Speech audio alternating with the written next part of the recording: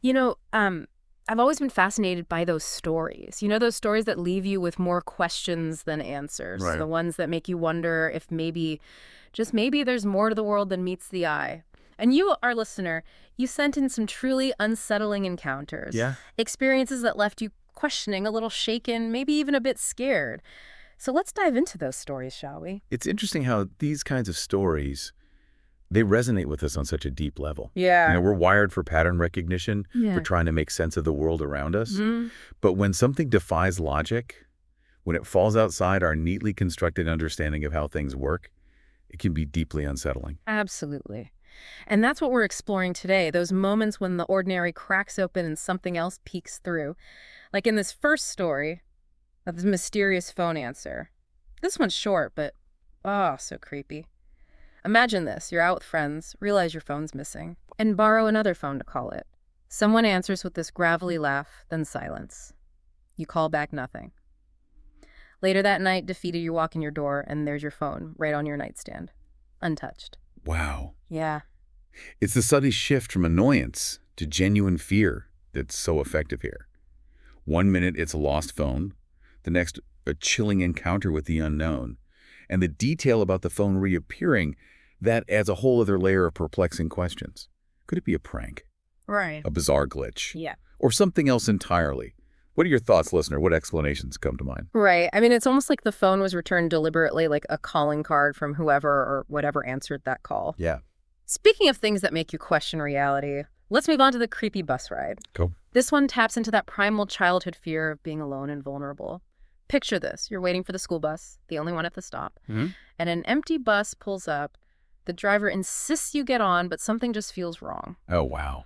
This story really makes you think about the importance of empowering children, especially when it comes to personal safety. Mm, We often teach them to obey authority figures, right.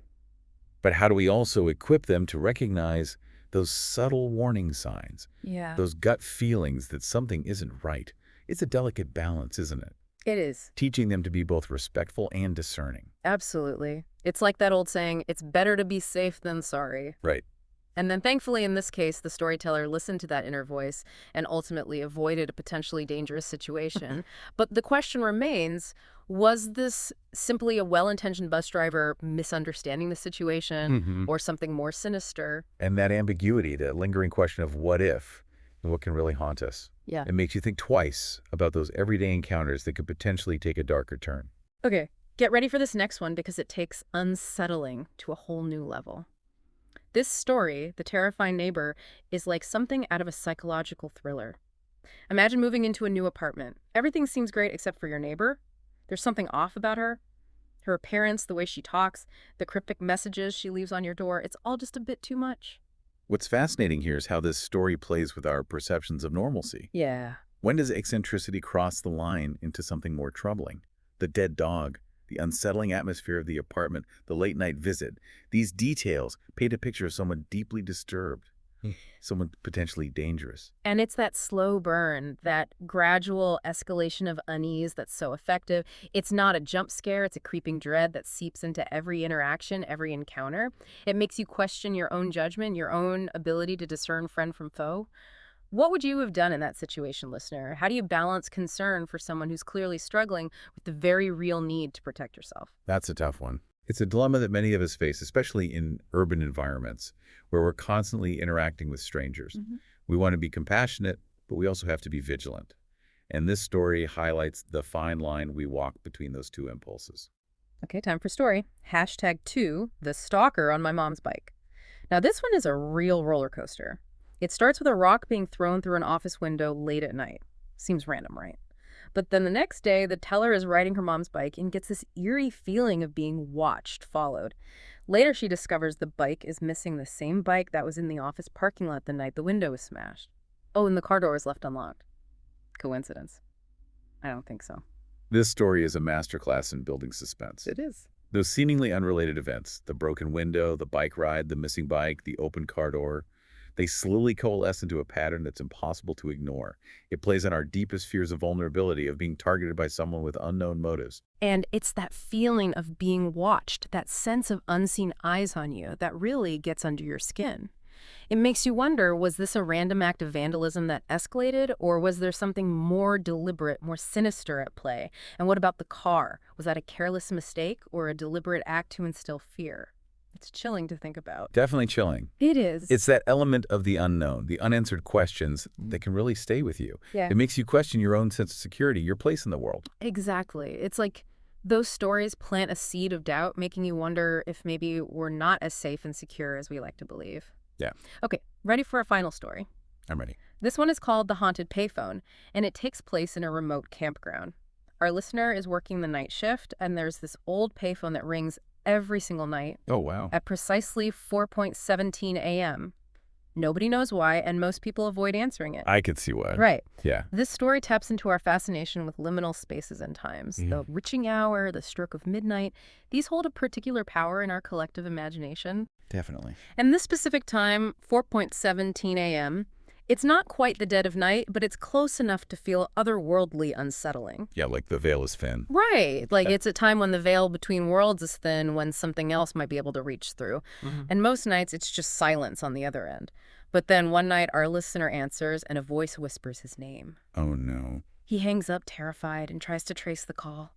It came from California, and he's in Indiana. What do you make of that, listener? A prank? A wrong number? Or something more unexplained? It's the personalization, that whisper of the listener's name, that elevates this story beyond a typical haunted phone trope. Yeah. It makes you think about how technology, something we consider so modern and rational, can be twisted into something unsettling, even sinister. It's like those old ghost stories about hearing your name called out in the darkness. It's a primal fear, that feeling of being known, targeted by something unseen. So we've delved into 5 truly unsettling encounters. Each one unique. Each one leaving us with that lingering sense of unease. What stands out to you, listener? Which story resonated the most and why? For me, it's the story about the terrifying neighbor. It's a stark reminder that unsettling encounters aren't always confined to dark alleys or abandoned buildings. They can happen right next door in seemingly ordinary settings. And that's what makes it so disturbing. Absolutely. It's like the uncanny valley effect, where Yeah. something familiar is just slightly off, and that slight discrepancy makes it all the more unsettling. It reminds us that sometimes the greatest danger lurks in the most unexpected places. What about you, listener? What aspects of these stories resonated with you? What felt the most unsettling, and why? You know, one thing that connects all these stories is the theme of intrusion. Mm-hmm. Whether it's a phone ringing at an ungodly hour, a stranger insisting you get on an empty bus, or a neighbor who crosses the line into menacing behavior, there's a sense of personal boundaries being violated. There's something unwanted forcing its way into the storyteller's life. That's a great observation. It's like that feeling of being watched, followed, targeted. It's a violation of our sense of safety and security, our belief that we have control over our own lives. And it speaks to the power of these stories to tap into our deepest anxieties. Whether it's the fear of the unknown, the fear of being vulnerable, or the fear of losing control, these stories expose those raw nerves that we all share. Okay, let's shift gears a bit and talk about the power of storytelling itself. These stories, while unsettling, are also incredibly compelling. What is it about the way they're told that draws us in, that makes us want to keep listening, even when we're feeling a bit creeped out? I think it's the combination of detail and ambiguity. Uh-huh. The storytellers provide just enough specific details to ground us in the reality of the experience, but they also leave room for our imaginations to run wild. Right. They don't offer easy explanations or neat resolutions, which forces us to engage with the mystery, to try and fill in the blanks ourselves. Right. It's like they're handing us a puzzle with missing pieces, and our minds can't help but try to solve it. We want to know what happened, why it happened, and what it all means. And that sense of incompleteness, of lingering questions, is what makes these stories stick with us long after we finished listening. Exactly. It's that element of the uncanny, the unexplainable, that keeps us thinking, wondering, and maybe even looking over our shoulders. So what can we take away from all of this? What lessons can we glean from these unsettling encounters? Is it simply about being more vigilant, more aware of our surroundings? Or is there something deeper at play here? I think it's about acknowledging that the world is a complex and multifaceted place, and sometimes things happen that defy logic and explanation. It's about accepting that there are mysteries we may never fully understand, shadows that lurk at the edges of our perception. But does that mean we should just live in fear, constantly looking over our shoulders? Not necessarily. I think Yeah. it's more about finding a balance between awareness and acceptance. Yeah. We can be mindful of our surroundings, trust our intuition and take reasonable precautions, but we shouldn't let fear dictate our lives. That's a great point. It's about finding that sweet spot between healthy skepticism and a sense of wonder, acknowledging the potential for the unusual without letting it paralyze us. Exactly. And maybe, just maybe, these stories can serve as a reminder that there's more to the world than meets the eye, that the boundaries of reality are more fluid than we might think. So what do you say, listener? Are you ready to embrace the unknown? To acknowledge the shadows that dance at the edges of our perception? Because sometimes the most unsettling encounters are the ones that open our minds to new possibilities that challenge us to question what we thought we knew about the world. Okay, before we wrap up, I want to pose one final question to our listeners. What's the most unsettling encounter you've ever had? Have you ever experienced something that left you questioning, wondering, or maybe even a little scared? We'd love to hear your stories. And as we reflect on these tales and our own experiences, it's important to remember that fear, like any emotion, can be a powerful teacher. It could alert us to danger, sharpen our senses, and make us more aware of our surroundings. But it's also important not to let fear paralyze us, to acknowledge it, understand it, and then move forward with courage and curiosity. Beautifully said. And on that note, I want to thank you, listener, for joining us on this deep dive into the unsettling. It's been a fascinating exploration of the strange, the eerie, and the unexplained.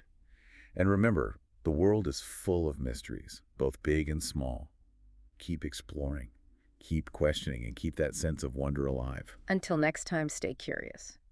And as we reflect on these tales and our own experiences, it's important to remember that fear, like any emotion, can be a powerful teacher. It can alert us to danger, Yeah. sharpen our senses, and make us more aware of our surroundings. Right.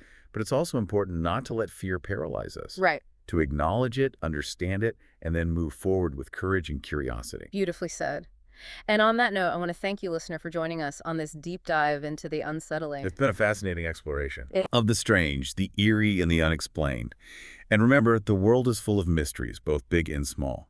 Keep exploring, keep questioning, and keep that sense of wonder alive. Until next time, stay curious.